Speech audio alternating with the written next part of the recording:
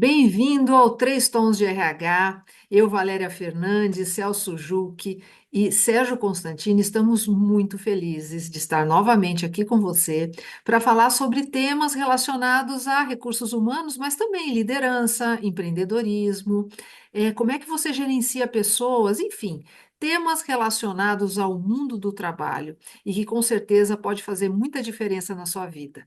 Hoje, o YouTube nos reconhece como o maior podcast de recursos humanos da América Latina e com certeza conseguimos atingir esse reconhecimento graças a você.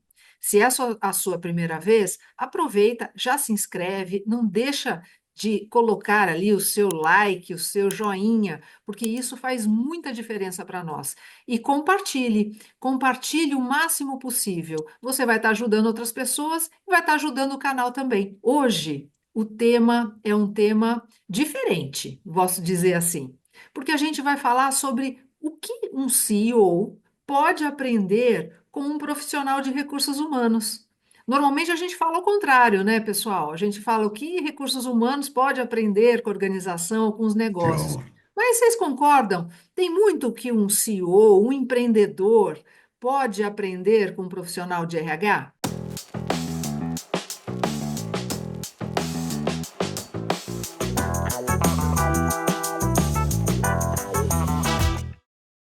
Olá, Valéria. Oi, Sérgio. Eu acredito que sim. Eu acho que o profissional de RH pode ser uma fonte de quase sabedoria para um CEO, porque o profissional de RH ele tem muitos dados estratégicos das pessoas, né? De gente mesmo, né? E esses dados podem ajudar o CEO a tomar decisões que são muito importantes para a empresa como um todo, né? Na minha visão, o RH ele é muito importante para um CEO, por isso toda empresa deve ter um RH de primeira linha. Só pegando o gancho aqui no que o Celso falou, eu acho que o RH, a gente tem uma vantagem competitiva interna que eu acho que nem mesmo o próprio RH percebe. Porque talvez seja uma das áreas mais neutras da companhia. Quando a gente pensa em que funções dentro de uma empresa, né, dentro de uma corporação, elas podem cruzar todas as atividades, né, sem nenhum conflito de interesses, é o RH. Verdade. E não só olhando internamente, né, eu vejo que o RH também tem essa possibilidade de fazer esse benchmarking fora da empresa também, né? A gente estava discutindo um pouco aqui no nosso papo anterior ao podcast, né, de muitos casos que a gente vai buscar exemplos fora para trazer para dentro da empresa. O RH é uma área neutra nesse sentido também, né? Você vê muitas vezes RHs de concorrentes se falando e trocando melhores práticas, né?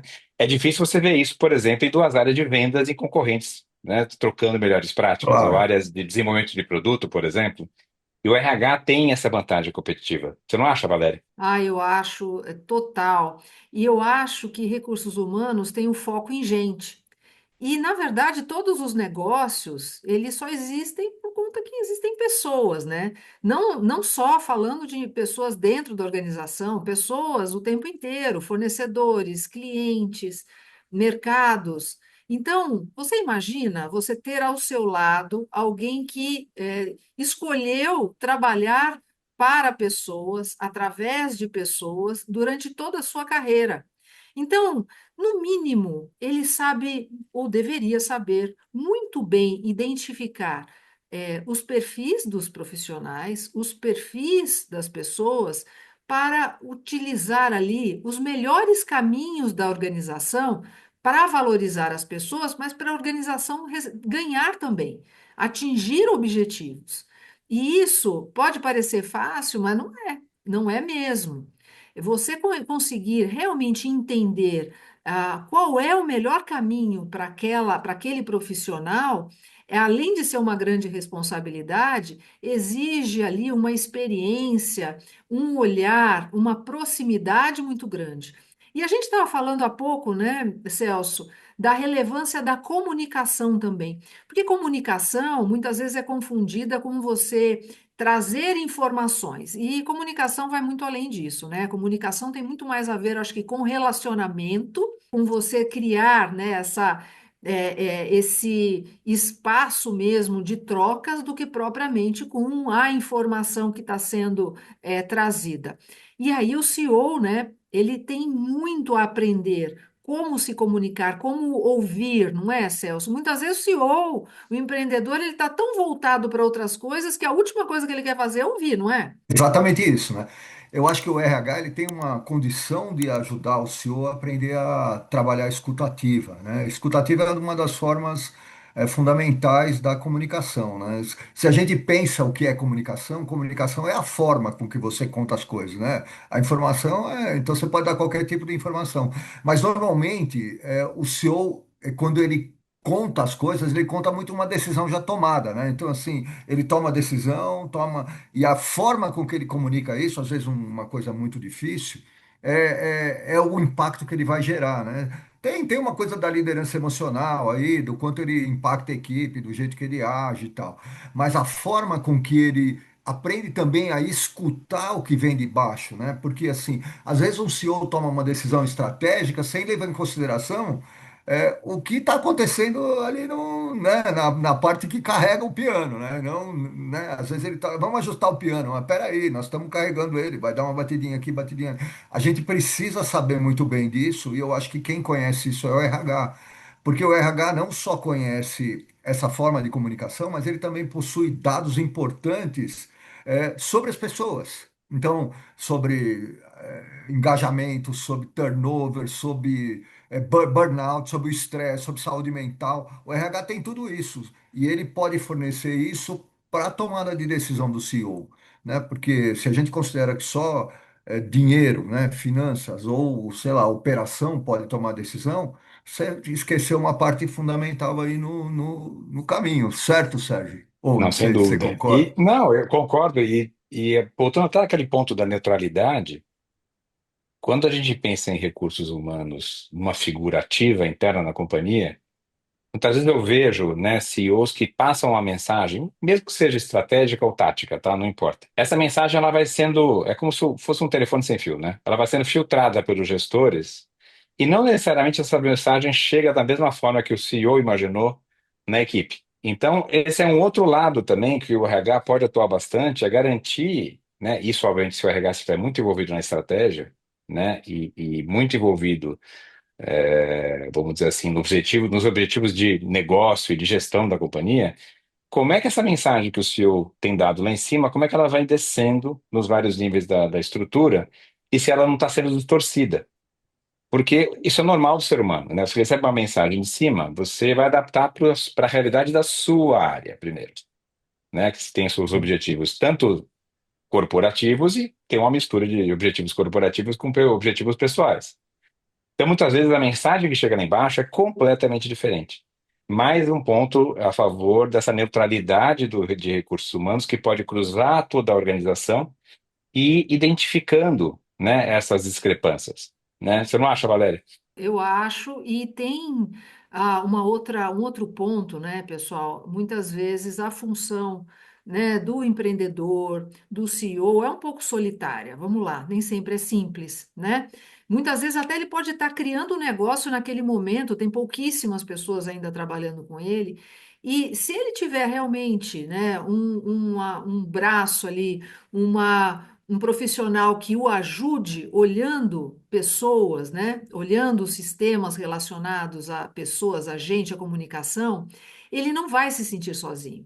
Ali realmente ele pode ter um ponto de apoio para trocas. Trocas das dúvidas que ele tem também. E não vamos esquecer, né?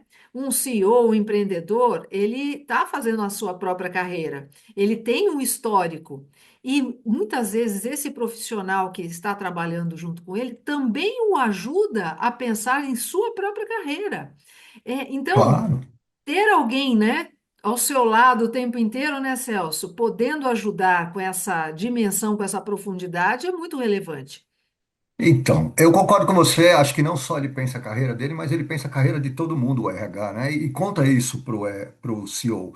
Porque, assim, qual é o perfil que eu preciso ter para que eu consiga andar para onde eu estou desejando, né? Então, esse perfil comportamental é muito importante.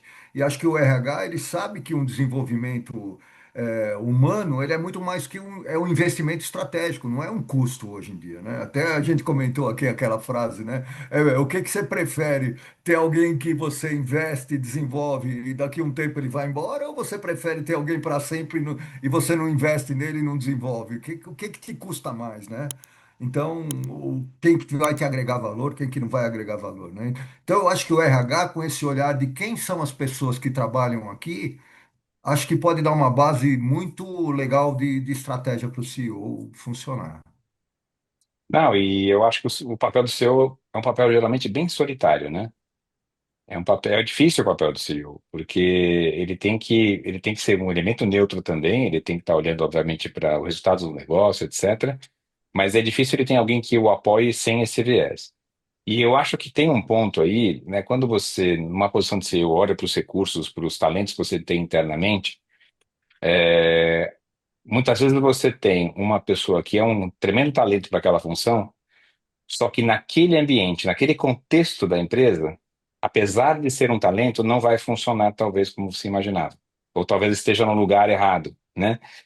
Mas para isso você tem que ler o ambiente melhor, né? E é muito difícil para um CEO fazer isso sozinho, porque ele está recebendo muita informação. Toda essa informação que ele recebe tem a sua leitura, tem o seu viés, obviamente, tem uma tendência de olhar a situação de uma ou de outra área. O RH pode fazer esse trabalho de leitura do ambiente muito melhor. Então, eu costumo dizer, tem muita gente boa, tem muita gente capaz, perfeita para uma posição, só que não para aquele momento. O momento da companhia, muitas vezes, ele exige outro tipo de perfil, né? Um momento de transformação, um momento de velocidade de cruzeiro, um momento de aquisição, um momento de crise, né? Apesar de você ser muito bom naquela função. Então, eu acho que o RH pode trazer, vamos dizer assim, essa inside information, né? Essa visão menos viesada e mais homogênea do que acontece de fato nas áreas. Até para a gente evitar essa questão de ter burnout, ou de ter um turnover muito alto, etc. e tal.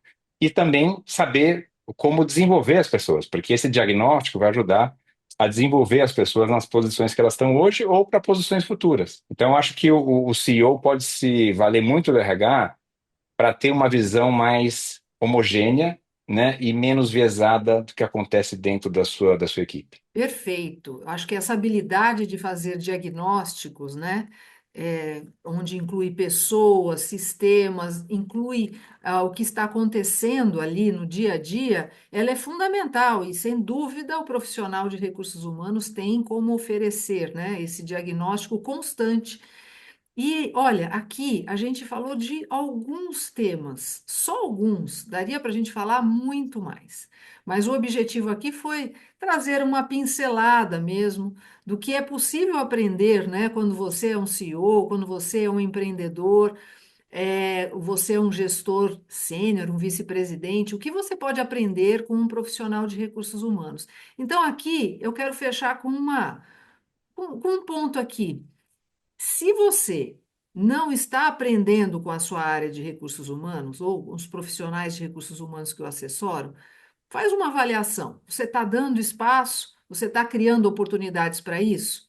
Ou, se você está buscando um profissional, busque alguém que você sabe que você vai aprender com, que vai de fato te auxiliar e que você vai estabelecer uma relação que todos vão ter frutos, né? Todos vão colher resultados. Você vai aprender, né, com esse profissional e com certeza o profissional vai poder desenvolver um trabalho maravilhoso. Fica aqui a dica e compartilha novamente, né? Vou falar em compartilhar esse vídeo com quem você acha que pode ajudar, que pode trazer ideias. Não deixa de se inscrever novamente e curte. Para nós é importantíssima a sua curtida. Obrigada, Sérgio. Obrigada, Celso. Até o próximo. Até o próximo. Até a Obrigado. próxima. Tchau, tchau.